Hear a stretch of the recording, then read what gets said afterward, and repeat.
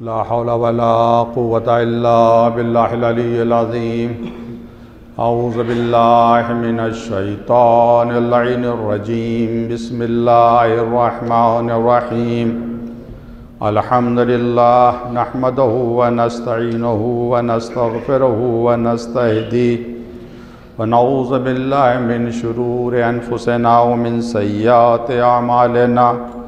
من يهد الله فلا مضل له ومن يضلل فلا هادي له. وأشهد أن لا إله إلا الله وحده لا شريك له.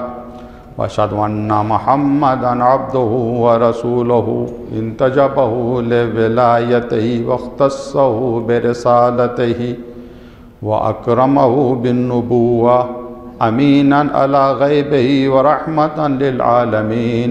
وصلى الله على محمد وآله الطاهرين. أوصيكم عباد الله بتقوى الله وأخوفكم من عقابه. میں اپنے آپ کو اور آپ تمام حضرات کو تقوی الہی اختیار کرنے کی نصیحت اور وصیت کر رہا ہوں. پروردگار ہم سب کو اتنی توفیق دے کہ ہم اپنی زندگی میں ہمیشہ بتقوی رہیں، اس سے ڈرتے رہیں، اس کے احکام کے اوپر عمل کرتے رہیں، حرام سے بچتے رہیں، واجبات پر عمل کرتے رہیں. جمعہ کے اس خطبے میں، پہلے خطبے میں، جیسا کہ آپ کے علم میں ہے کہ جب جمعہ کے دن غدیر پڑی، مولا کائنات منبر پر گئے اور عظیم الشان خطبہ آپ نے ارشاد فرمایا. شیخ طوسی علیہ الرحمہ نے مصباح میں اس پورے خطبے کو نقل کیا ہے. اسی کے حوالے سے مسلسل گفتگو کا سلسلہ جاری ہے.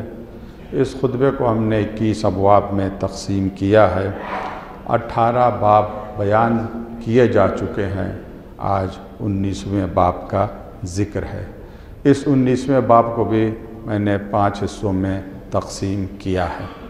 پہلا حصہ ہے، اس کا عنوان ہے غدیر کے دن روزے کی اہمیت. روزے میں اسلام میں روزے کی بے انتہا اہمیت ہے. ابھی آپ نے سنا کہ ماہ مبارک رجب ہے. عین الرجبیون کی آواز دی جائے گی. رجب میں روزہ رکھنے کا ثواب بہت ہی زیادہ ہے، اور کسی خطبے میں نے اس کی فضیلت پر حدیث بیان کی تھی. شفاعت کرے گا وہ شخص جو رجب میں روزہ رکھے. غدیر کے دن روزہ رکھنے کا ثواب کیا؟ مولا فرماتے وَالصَّوْمُ هَذَا الْيَوْمِ، آج کے دن کا روزہ، یعنی غدیر کے دن جو روزہ رکھے، مما ندب اللہ تعالی الیہ، یہ ان چیزوں میں سے ہے جن کی اللہ نے تاکید کی ہے یا ترغیب دلائی ہے، یعنی شوق دلایا ہے.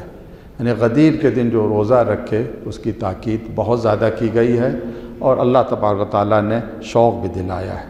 وَجَعَلَ الْجَزَاءَ الْعَظِيمَ كَفَالَةً عَنْهُ، اور پروردگار نے بہت ہی بڑے اجر کی ضمانت لی ہے، گارنٹی لی ہے.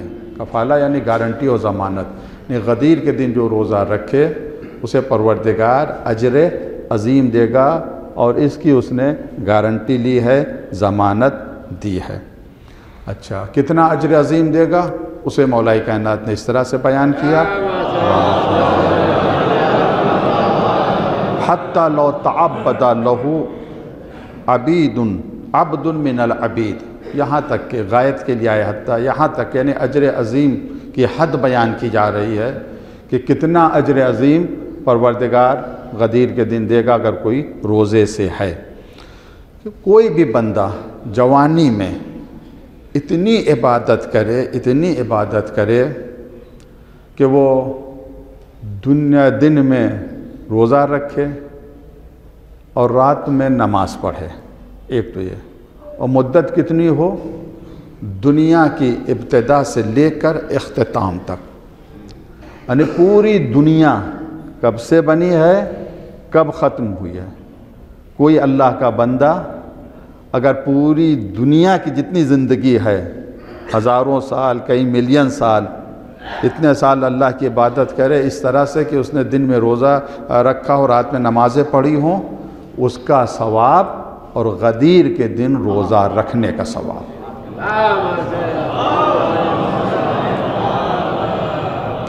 اب آپ اس سے اندازہ لگا لیجئے کہ غدیر کی کتنی فضیلت ہے، کیوں نہ اتنا ثواب ہو۔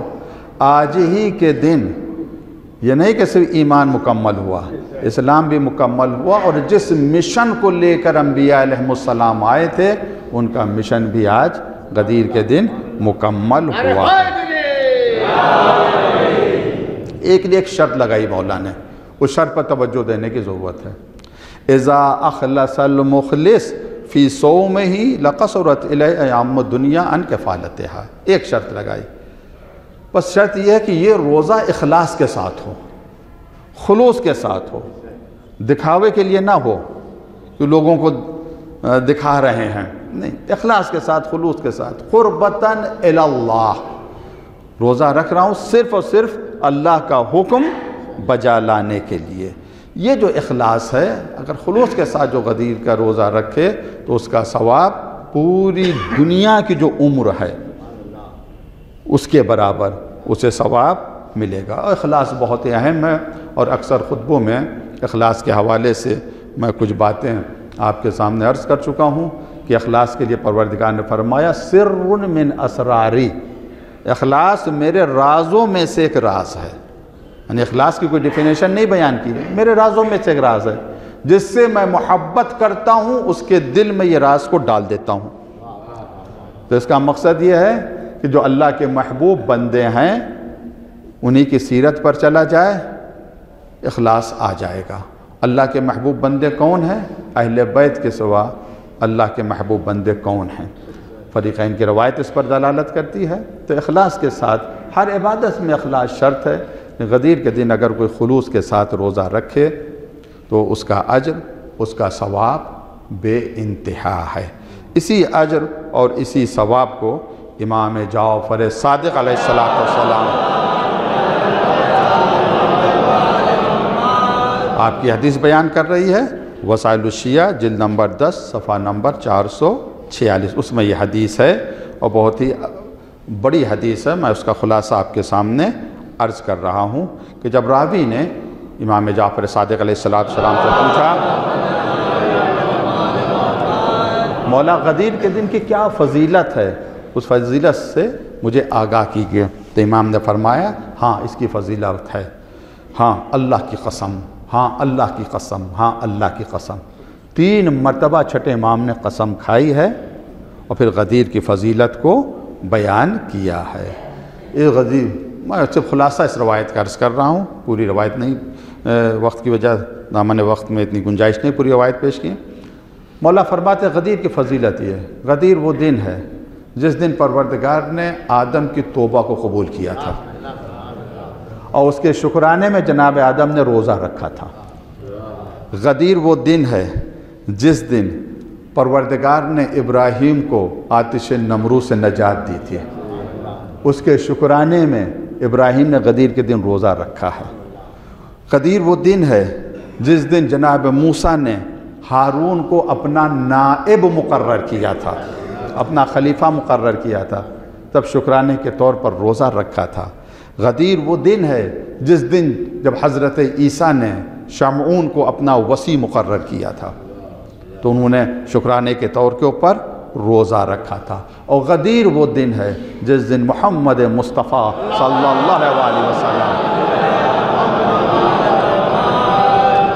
آپ نے علی کو اپنا جانشین، اپنا خلیفہ اللہ کے حکم سے مقرر کیا تھا، شکرانے کے طور کے اوپر روزہ رکھا تھا۔ تو اب جتنی فضیلت، اب دیکھیں یہاں پر یہ نقطہ قابل توجہ میرے عزیزو، جتنی فضیلت غدیر کے روزے کی ہے جو روایات میں آئی ہے، دیکھیے جب میڈیا کا پروپیگنڈا کتنا خطرناک ہوتا ہے، دوسرے خطبے میں بیان کروں گا انشاءاللہ، بڑا خطرناک ہوتا ہے۔ جتنا ثواب، جتنی فضیلت غدیر کے دن روزے کی ہے، وہ فضیلت مد نظر رکھتے ہوئے صرف دن بدل دیا گیا اور کہہ دیا گیا یہ ساری فضیلت عاشور کے روزے کی ہے۔ اس کے لیے روایتیں گڑھی گئیں، باقاعدہ حدیثیں گڑھی گئی ہیں، جھوٹی حدیثیں، عاشور کا دن وہ دن جس دن آدم کی توبہ قبول کی الی آخر ہے، یعنی جو فضیلتیں روز غدیر کی ہیں اس کا باجہ کس کی طرح موڑ دیا گیا؟ عاشور ہے۔ کس نے کیا؟ انشاءاللہ میں دوسرے خطبے میں عرض کروں گا۔ تو غدیر کے دن روزہ رکھنے کا بے انتہا ثواب ہے، مگر شرط یہ ہے کہ روزہ اخلاص کے ساتھ ہو، روزہ خلوص کے ساتھ ہو، ہم مکاری نہ ہو، ریا کاری نہ ہو۔ دعا ہے پروردگار سے، پروردگار ہم سب کو اخلاص کی نعمت عطا فرمائے اور ہم اس راہ پر چلیں جو مولا کائنات کی راہ ہے۔ ہمیں اتنی توفیق دے کہ ہم معصومین کے کلام کو صحیح طریقے سے سمجھ سکیں، ان پر عمل کر سکیں۔ ہمیں اتنی بصیرت دے کہ ہم دشمنوں کی چالوں سے آگاہ رہیں اور ان کا جواب دینے کے لیے ہمیشہ آمادہ رہیں۔ وآخر دعوانا الحمدللہ رب العالمین۔ بسم اللہ الرحمن الرحیم۔ والعصر ان الانسان لفی خسر الا الذین آمنوا وعملوا الصالحات وتواصوا بالحق وتواصوا بالصبر۔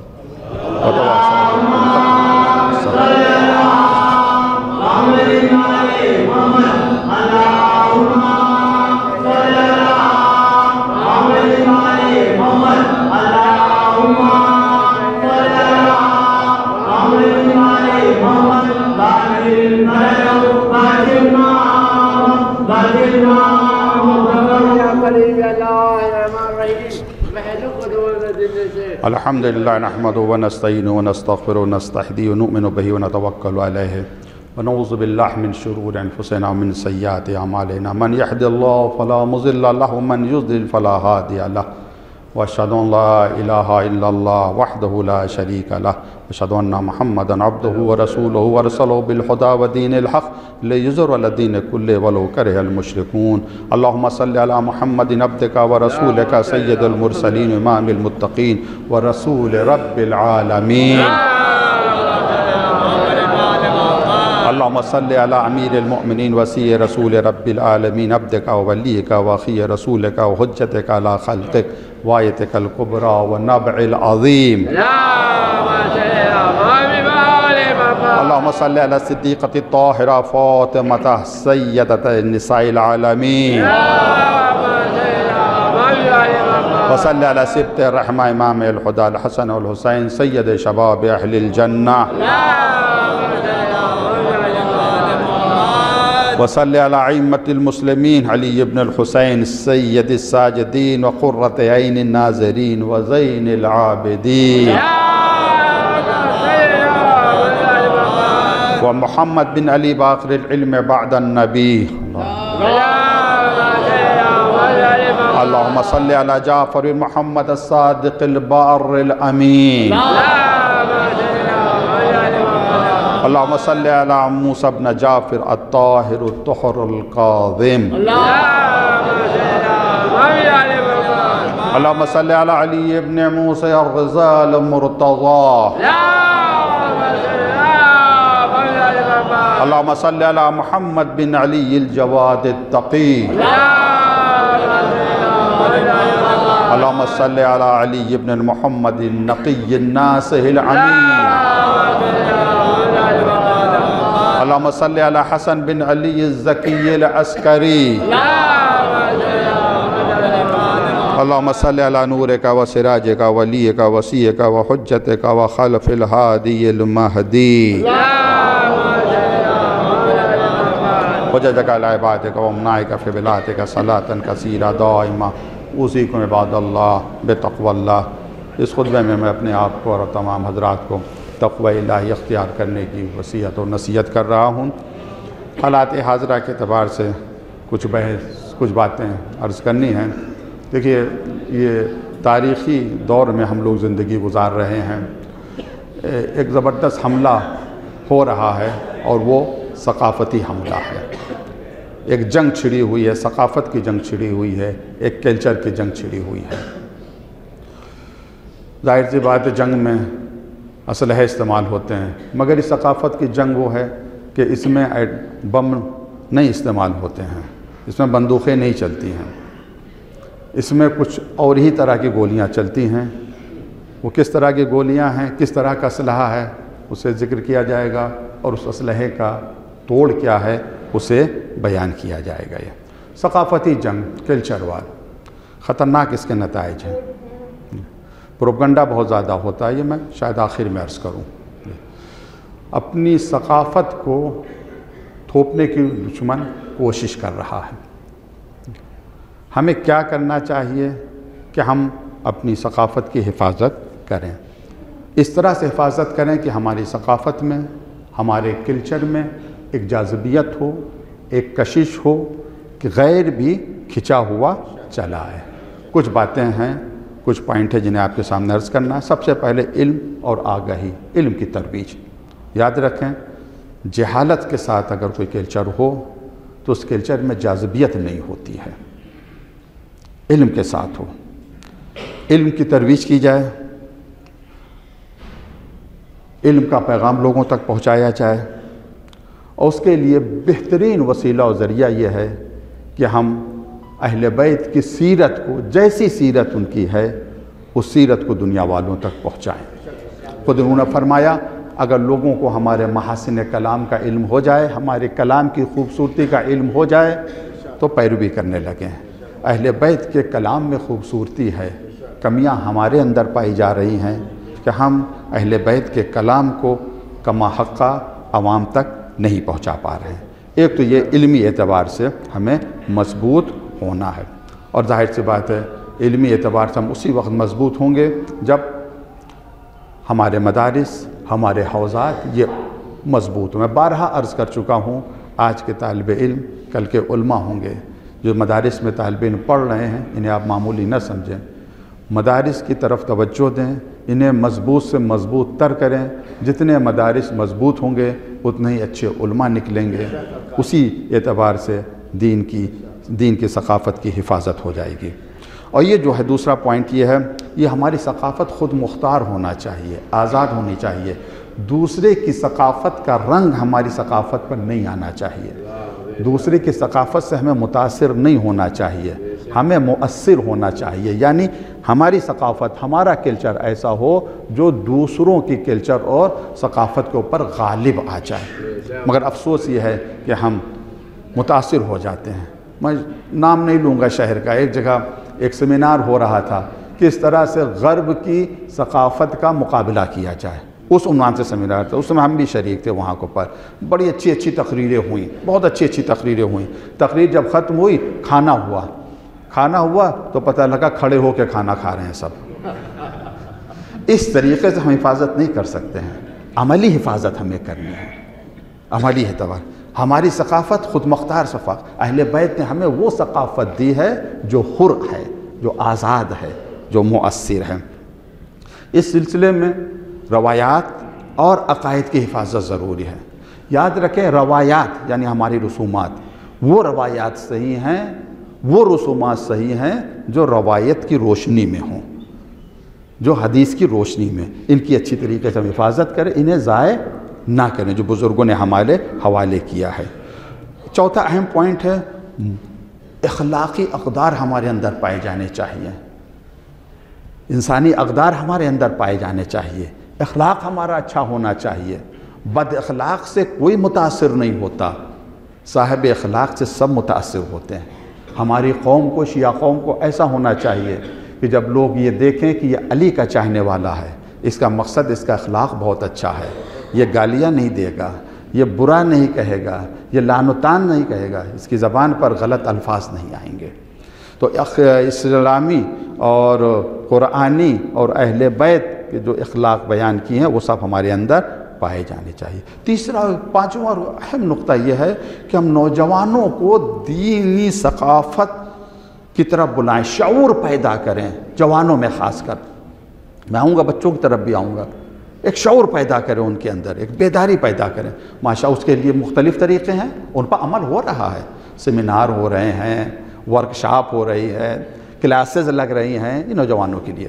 لیکن میں نے اس شہر میں دیکھا، آپ نے بھی دیکھا ہوگا، ماشاءاللہ تو استقبال بہت ہی اچھا ہے، چاہے رمضان کی کلاسز ہوں یا شعبان کی کلاسز ہوں، مگر اس میں ایک کمی بہت ہی واضح طور کے اوپر نمایاں ہو کر آئی۔ کئی جگہ مجھے بھی اس حقیر کو مدعو کیا گیا، جب انعامات کی تقسیم ہوئی، جب انعام دینے کی اب باری آتی ہے تو 80%، 85% لڑکیاں شریک ہوتی ہیں، اور نوجوانوں کی، لڑکوں کی شرکت 10% یا 15% سے زیادہ نہیں ہے۔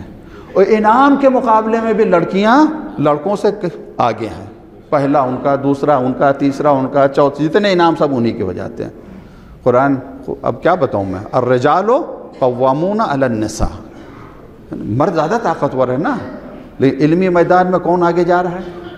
اس کا ایک خطرناک نتیجہ نکل سکتا، خدا نہ کرے یہ نتیجہ نکلے مگر نکل سکتا، آپ اس پر توجہ دیں اس نتیجے پہ کہ آپ بیداری کی لہر دوڑ رہی ہے، کلاسز لگ رہے ہیں، لڑکے لڑکیاں دونوں شریک ہو رہے ہیں ان کلاسوں میں، لڑکیاں آگے ہیں لڑکے نہیں، اس کا مطلب لڑکیوں کے پاس دینی تعلیمات زیادہ آ جائے گی، وہ پڑھ لکھ جائیں گی اور لڑکے جاہل رہیں گے، تو جو لڑکیاں جب پڑھ لکھ جائیں گی، دینی علم ان کے پاس زیادہ آ جائے گا، تو انہیں اپنے حقوق کا علم ہو جائے گا کہ ہمارے رائٹس کیا ہیں، ہمارے حقوق کیا ہیں۔ انہی لڑکیوں کی شادی ہوگی، ایسے لڑکوں کو شادی ہوگی کہ جن کے پاس دین کا علم نہیں ہے، انہیں پتہ ہی نہیں کہ اسلام نے بیوی کے کیا حقوق بیان کرے، جب یہ اپنے حقوق کا مطالبہ کرے گی تو ان کی انا کو چوٹ لگے گی، یہ تم کیا کر رہے ہو، گھر میں اختلاف ہوگا نہیں ہوگا، جھگڑا ہوگا نہیں ہوگا، طلاقیں ہوں گی نہیں ہوں گی۔ اس خطرے کو محسوس کر لینا چاہیے، ابھی سے محسوس کر لینا چاہیے، اور ایسی پلاننگ کرنا چاہیے کہ لڑکیوں لڑکوں کی تعداد برابر ہو جائے، بلکہ لڑکوں کی زیادہ ہونا چاہیے، برابر ہو جائے۔ لڑکیوں میں زیادہ شوق ہے، کیوں نہیں لڑکوں میں یہ شوق ہے، یہ تشویق ہے، لڑکیاں بڑے شوق سے کلاس اٹینڈ کر رہی ہیں، لڑکوں میں کیوں شوق نہیں ہے؟ ایک ہی چیز نے لڑکوں کو تباہ و برباد کر رکھا ہے، اور وہ ہے بری سنگت، بری صحبت۔ اپنے بچوں کی صحیح تربیت کریں، دروازے پہ محلے کے گلی کے سامنے کھڑے ہو جاتے ہیں اور 12 بجے رات تک، 1 بجے رات تک گپے کے یہ لگا، موبائل میں یہ کلپ پہ تبصرہ وہ دیکھ رہے ہیں وہ دیکھ رہے ہیں۔ جو 12 بجے 1 بجے رات تک اپنے دوستوں کے ساتھ گپے لگائے گا، وہ علم کب حاصل کرے گا، کب علم حاصل کرے گا؟ تو نوجوانوں کو بھی چاہیے، جو نوجوان ماشاءاللہ سے متدین ہیں، دیندار ہیں اور بیدار ہیں، جن کا شعور جاگ گیا ہے، ان سے میری گزارش ہے کہ اگر خود جاگے ہیں تو دوسروں کو بھی جگائیں۔ یہ جو گمراہ نوجوان ہیں ان کے پاس آپ جائیں، لوہا لوہے کو کاٹتا ہے، جوان جوان کی باتوں کو جلدی قبول کر لیتا ہے۔ ہمارے پاس تو آئیں گے نہیں، اگر ہم ان کے پاس چلے جائیں تو بھاگ جائیں گے، ہماری بات بھی نہیں سنیں گے، ارے مولانا جو آپ کہہ رہے ہیں بالکل صحیح، لیکن ہماری بات شاید ان کے دلوں میں نہ پہنچے۔ لیکن جوان کے ساتھ ملے کھلے اور ان کو بلائے، بتائے جا کے کہ تم وقت اپنا برباد کر رہے ہو، جس عظیم مقصد کے لیے پروردگار نے تمہیں پیدا کیا ہے اس مقصد کی طرف تم متوجہ ہو، انسان کامل بننے کے لیے تم قدم آگے بڑھاؤ۔ صلوات محمد وعلی محمد۔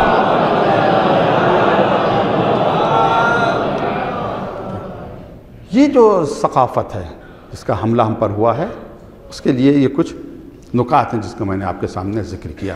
اب میں بچوں کی طرف آ رہا ہوں، کس طریقے سے آج نصاب اسکولوں میں پڑھایا جا رہا ہے، کیا سلیبس ہے، اس پر کوئی تبصرہ کرنے کا ارادہ نہیں ہے اور نہ کرنا بھی چاہیے، آپ کو مجھ سے بہتر پتہ ہے کیا ہمارے بچے اسکول میں جا کر کیا پڑھ رہے ہیں۔ ظاہر سی بات ہے ان کا نصاب اسلامی نصاب تو نہیں ہے۔ بچوں کی جو ذہنیت بنائی جا رہی ہے، غیر اسلامی ذہنیت بنائی جا رہی ہے، بلکہ ایک چیز بچوں کو سکھائی جا رہی ہے، تمہاری زندگی تمہاری اپنی زندگی ہے، تمہیں اپنے لیے زندہ رہنا، اللہ نے تمہیں زندگی دی، اللہ تو کہتے نہیں ہے، نیچر نے تمہیں زندگی دی ہے، پیدا ہو گئے، تمہارے لیے ہے، تمہیں اپنے لیے۔ مادیات کا درس دیا جا رہا ہے، بس تمہارا کام ہے پڑھنا۔ کس وجہ سے پڑھنا؟ کہ اچھی سے اچھی جاب مل جائے، اچھی سے اچھی نوکری مل جائے، 20 لاکھ کا پیکج مل جائے، 30 لاکھ کا پیکج مل جائے، 1 کروڑ کا پیکج مل جائے، وغیرہ وغیرہ۔ یہ بہت اچھی بات ہے، بالکل اس طرح اس ہدف کو مد نظر رکھتے ہوئے علم حاصل کرنا چاہیے، مگر صرف مادی پہلو ہے۔ یاد رکھیں میرے عزیزوں، انسان 2 چیزوں سے مل کر تیار ہوا ہے، ایک اس کا جسم ہے، دوسری اس کی روح ہے۔ جسم کی بھی ڈیمانڈ ہے، روح کی بھی ڈیمانڈ ہے، وہاں روحانی غذا نہیں ہے، صرف مادیات سکھائے جا رہے ہیں۔ ہماری ذمہ داری یہ ہے کہ ہم ایسا نصاب مرتب کریں، بنائیں، اپنے بچوں کو پڑھائیں، تاکہ اگر وہاں مادی غذا مل رہی ہے، وہاں مادیات کے میں تربیت دی جا رہی ہے، تو یہاں روحانی غذا ملے، روحانی تربیت ہو بچے کی۔ بچوں کی جب صحیح تربیت ہو جاتی ہے، جیسا بھی ہو، یہ منسوب ہے مولائی کائنات غالب علی کل غالب حضرت علی بن ابی طالب علیہ السلام کی طرف، یا پیغمبر کی حدیث العلم فی الصغر کالنقش علی الحجر، بچپن کا علم ایسے ہوتا ہے جیسے پتھر کی لکیر، پتھر پہ ایک مرتبہ نقش بن جائے تو پھر مٹائے نہیں مٹتا۔ بچپن میں جو باتیں بیٹھ جاتی ہیں وہ ہمیشہ رہتی ہیں، وہ مٹائے نہیں مٹتی ہیں۔ بچوں کی صحیح تربیت کریں، ایک ثقافت کو جنم دیں، ایسی ثقافت ہو جو اہل بیت کی ثقافت ہو۔ اس کے لیے ہمیں ایک نظام کی ضرورت ہے، ایک نصاب کی ضرورت ہے۔ یہ نظام، یہ نصاب ہمیں کون دے گا، کہاں سے آیا؟ دو مناسبتیں پائی جا رہی، اب میں دو مناسبتوں کا ذکر کروں اور اس کے بعد میں نتیجہ آپ کے حوالے کروں۔ 15 رجب شہادت حضرت زینب سلام اللہ علیہا، 19 رجب وفات کی تاریخ ہے، مجدد شریعت آیت اللہ العظمیٰ سید دلدار علی نقوی پہلے امام جمعہ، اور ابھی ان کے بارے میں ابھی کچھ آگے عرض کروں گا۔ یہ دو مناسبتیں ہیں جناب زینب سلام اللہ علیہ کی سیرت کی روشنی میں، اور آیت اللہ العظمیٰ دلدار علی نقوی اعلی اللہ مقامہ، انہوں نے جو کارنامہ انجام دیا اس کی روشنی میں نتیجہ آپ کے سامنے میں عرض کروں گا۔ بچوں کی صحیح تربیت کریں۔ بچپن کا علم ایسا ہوتا ہے، آ گیا صحیح ہے تب بھی رہے گا، غلط ہے تب بھی باقی رہے گا۔ کس طریقے سے دشمنوں نے ایک نئی ثقافت کو جنم لینے کی کوشش کی، ایک نئی ثقافت پیدا ہو جائے اور بچوں کی ایسی تربیت ہو جس تربیت میں اہل بیت کی دشمنی کوٹ کوٹ کے بھری ہو، کوٹ کوٹ کے اہل بیت۔ علماء اہل سنت نے پورے حوالے ہمارے سامنے، اگر کسی کو چاہیے تو میں بعد میں بتا سکتا ہوں۔ انہوں نے لکھا واقعے کو، امیر شام، حاکم شام، یہ دن میں بچوں کو قیمتی کھلونے بطور تحفہ بھجواتا تھا، سپاہی دے کے آتے تھے۔ حاکم شام نے قیمتی تحفہ، کھلونے، بچے تو کھلونے سے خوش ہو جاتے ہیں جی، بہت خوش ہوئے۔ رات میں چرا لیا کرتا تھا، کسی سے کہتا تھا چرا لے جاؤ۔ بچے جب صبح اٹھتے تھے تو انہیں کھلونا نظر نہیں آتا تھا، رونے لگتے تھے بچے، اماں سے بابا سے پوچھتے تھے ہمارا کھلونا کیا ہو گیا؟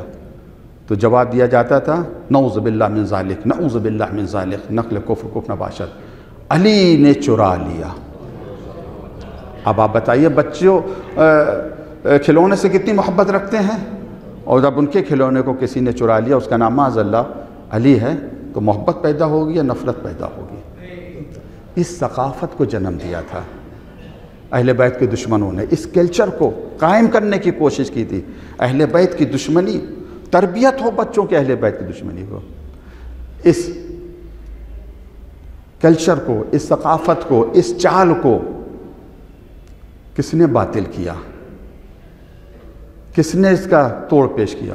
وہ کوئی اور نہیں، علی کی بیٹی جناب زینب سلام اللہ علیہ۔ کیسے، یہ میں عرض کروں گا۔ دوسری مثال میں دوں آپ کو، مروج الذہب میں لکھا ہے یہ واقعہ، خود میں نے پڑھا ہے۔ خلاصہ اس واقعہ کی یہ، باپ اپنے بیٹے سے کہتا، مغیرہ کا بیٹا اپنے باپ سے کہتا، میرا باپ شام کے دربار سے واپس آیا،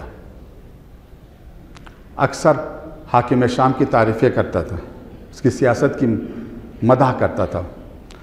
ایک دن جب آیا تو چہرہ کا رنگ اترا تھا۔ میں کہا بابا کیا بات ہے؟ ہم اپنے الفاظ میں کہہ رہے ہیں، کیوں آپ کا موڈ آف ہے، کس وجہ سے؟ آپ کہا بیٹا خبیث ترین شخص کے پاس سے آ رہا ہوں، جسے کبھی حکیم کہتے تھے اسے اب خبیث کہہ رہے ہیں۔ کہا کیا ہوا؟ کہا ہوا یہ کہ آج جب خلوت ملی تو ہم نے مشورہ دیا حاکم شام کو، یعنی معاویہ بن ابی سفیان کو، کیا کہ اب تمہاری حکومت مضبوط ہو گئی ہے، بنو ہاشم سے کوئی خطرہ نہیں ہے تمہیں، تو اپنے بھائیوں کے ساتھ تھوڑا سا صلہ رحم کرو، بنی ہاشم کے ساتھ تھوڑا سا صلہ رحم کرو، اچھا برتاؤ کرو، کیوں اب تمہارے لیے خطرہ نہیں ہے۔ تو کہتا ہے کہ نہیں، ایسا نہیں ہو سکتا۔ انہیں نام لینا شروع کیا، تیم کا آیا حکومت کی چلا گیا، عدی کا آیا حکومت کی چلا گیا، میرا بھائی آیا حکومت کی چلا گیا، کسی کا نام نہیں، کسی کا نام باقی نہیں، مگر یہ بنو ہاشم کا 5 بار اس کا نام پکارا جاتا ہے۔ سمجھ گئے آپ کون تھا؟ یعنی اذانوں میں 5 بار محمد مصطفیٰ صلی اللہ علیہ وسلم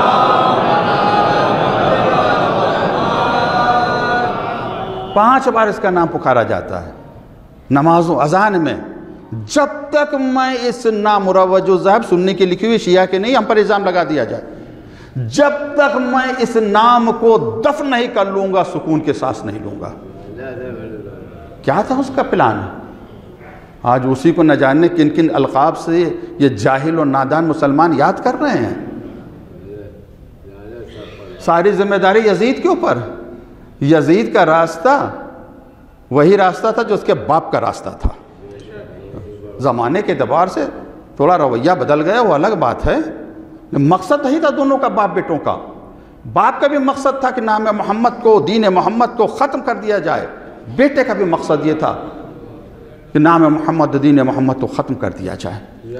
کیسی تربیت کی جا رہی تھی بچوں کی. علی چور ہیں.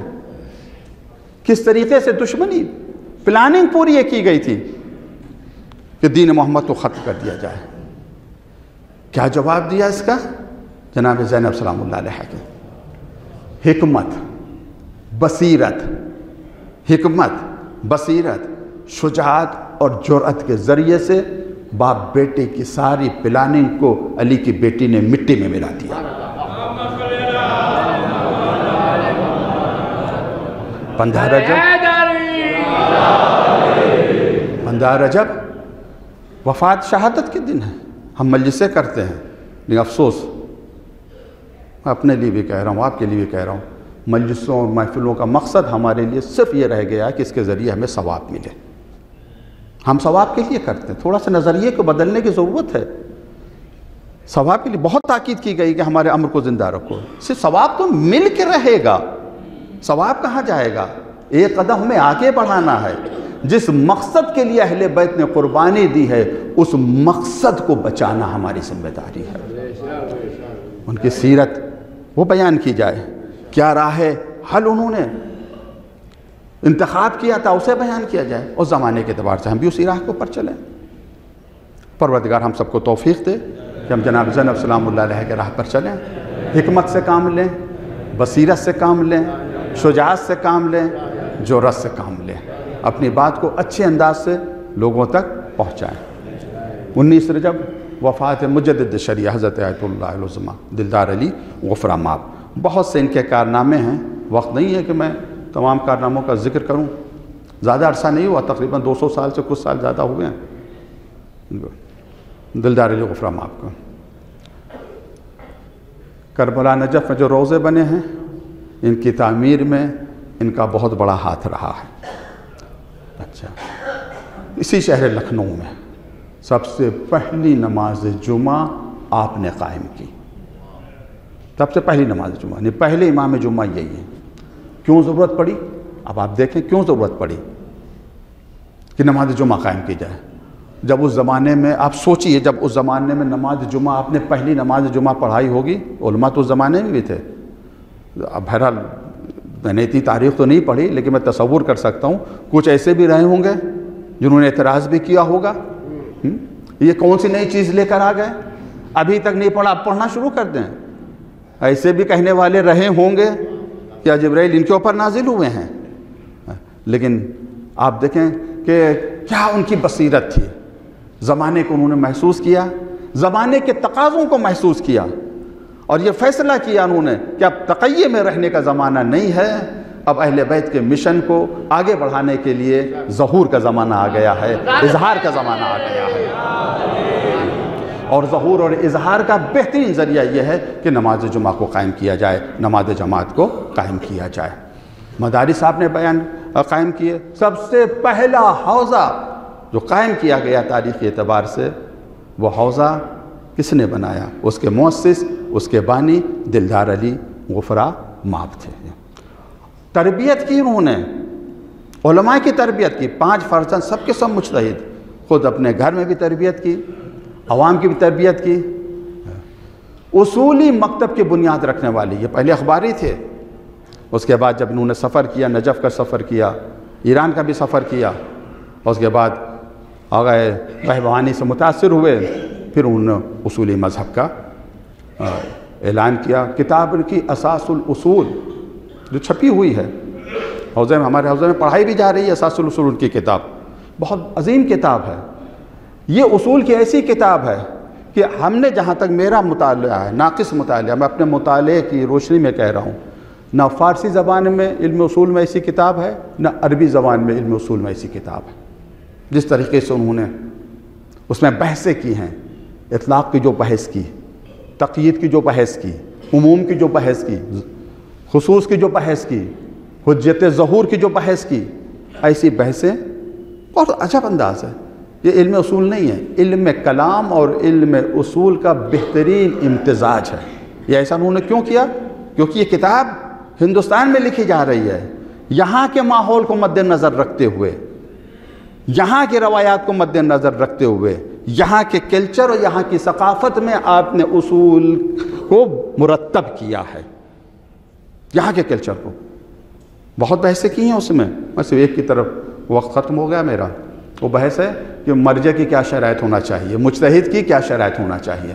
انہوں نے بیان کی یہ شرط، یہ شرط، یہ شرط، اس میں سے کہ عدالت بھی ہے، مجتہد مرجع کے لیے عدالت کیسے ثابت ہوگی۔ بہت خوبصورت بحث کی انہوں نے اساس الاصول میں کہ عدالت کیسے ثابت ہوگی۔ کئی طریقے لکھے، ان میں سے ایک طریقہ یہ لکھا کہ عدالت ایسے ثابت ہوگی اگر کوئی شخص جمعے میں اور جماعت میں آتا ہے تو اس کی عدالت کی گواہی دی جا سکتی ہے۔ گھر میں کیا کر رہا، اس کی عدالت۔ ہمیں دعا کرنی چاہیے پروردگار ہم سب کو اتنی توفیق دے کہ ہم ان سیرتوں پر چلیں۔ سید دلدار علی غفرہ مآب رحمۃ اللہ علیہ، ان کے زمانے کے جو تقاضے تھے، اس تقاضے کو سمجھتے ہوئے انہوں نے حکیمانہ سیاست کو اپنایا۔ اسی کے نتیجے میں مکتب اہل بیت دنیا والوں تک پہنچا، اہل بیت کی سیرت پہنچی۔ ہمیں پروردگار اتنی توفیق دے ہم انہی بزرگوں کی راہ پر چلتے ہوئے اہل بیت کی سیرت کو دنیا والوں تک پہنچائیں۔ دنیا کے جو حالات ہیں، ظلم پر ظلم ہو رہا ہے، اسرائیل نے جو ظلم کیا ہے پر اس کی سزا اس سے مل کر رہے گی، اس دنیا میں ملے گی، اور مل رہی ہے لفظ اللہ کی لاٹھی میں آواز نہیں۔ دوسروں کا گھر جلانے والے، دوسروں کا شہر جلانے والے، قدرت کی لاٹھی میں آواز نہیں ہوتی۔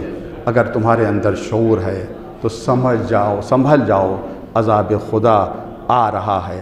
انشاءاللہ اتنا شدید عذاب خدا آئے گا تم سب جل کے راکھ ہو جاؤ گے۔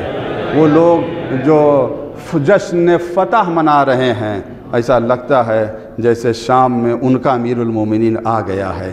یہ نادان ہیں، یہ جاہل ہیں، یہ خواب غفلت میں ڈوبے ہوئے ہیں۔